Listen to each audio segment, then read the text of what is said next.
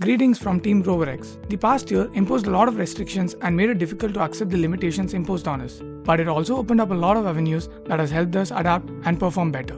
We as a team put the effort to gather and focus on extensive testing, validation of our pre-existing subsystems, and developing upon our previous rover's approaches. We are proud to present you our latest rover, Zeus.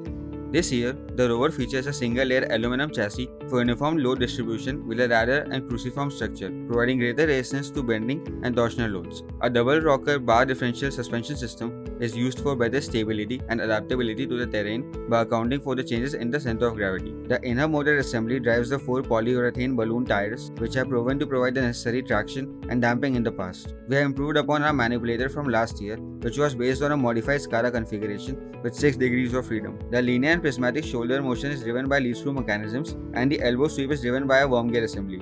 To further improve dexterity, the wrist pitch and roll motion is achieved using a bevel gear system, while the end effector is actuated using a lead screw mechanism. The electrical workflow for a rover focuses on the betterment of the modularity and ease of debugging. The control architecture of the rover is a fusion of Jetson Nano and STM32 Discovery board. We have decentralized the control system into 4 subsystems, namely navigation, arm, excavator, and communication, which helps in better cable management. These subsystems communicate via I2C protocol and also handle essential data feedback with the help of sensors and encoders. Embedded C has been used for the microcontroller programming. The power distribution board and the PCBs have been redesigned with better accessibility. The rover is powered by two 24-volt lithium polymer batteries that can run for around 70 minutes, powering the various subsystems. It is also provided with a kill switch in case of an emergency. Our petrological study includes classification of the rocks on the basis of the texture using digital imaging and a custom-made spectral analyzer which uses neural networks. For atmospheric analysis, we use a set of gas sensors, a surface UV ray detector, and a sensor to measure the total volatile organic compounds. An anemometer is used to monitor wind speed. The atmospheric humidity, temperature, and pressure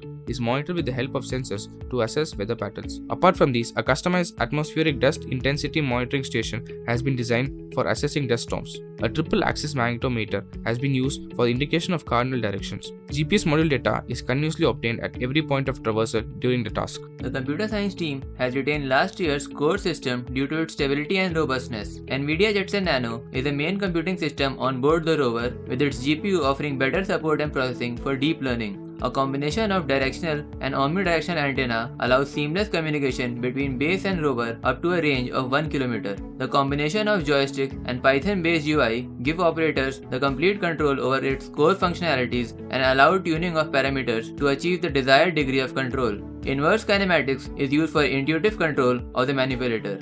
This year, our autonomous system exhibits increased integration of ROS to complement our custom algorithms, ensuring reliability and performance. Algorithm development and testing has been carried out through extensive simulations. Rover localization is enhanced through sensor fusion of GPS, compass, IMU, and wheel encoder data. This year, we have upgraded the global planner to support multiple waypoints and obstacle inclusion. A visual SLAM approach has been implemented that will greatly enhance the local obstacle avoidance capabilities. On reaching the desired GPS, a custom algorithm performs AR tag detection as the rover executes a square spiral search routine for up to a range of 10 meters. Drawing from our past experience of the harsh MDRS terrain, we have also implemented a practical recovery plan that the rover will execute to get out of trapped situation, thus complementing the mechanical design of the rover. The science department focuses on the overall integration of the data from the onboard instruments, camera feed, and the reagent-based experiments to determine the status of life that is extinct, extant, or no life. The main goal of the sample caching system is to check for potential biosignatures in the soil.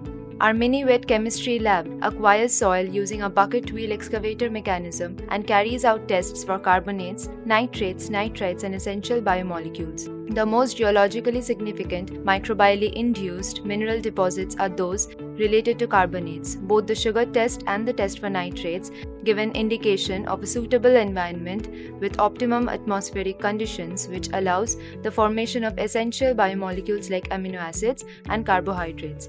The soil analysis also includes pH determination, moisture, and temperature assessment. We aim to continue simulating environments similar to one at MDRS to ensure the best performance of the rover in all the required tasks and train the driver to handle the various problems and situations that could arise during the task. We hope to exhaust the capabilities of the rover and exhibits its full potential.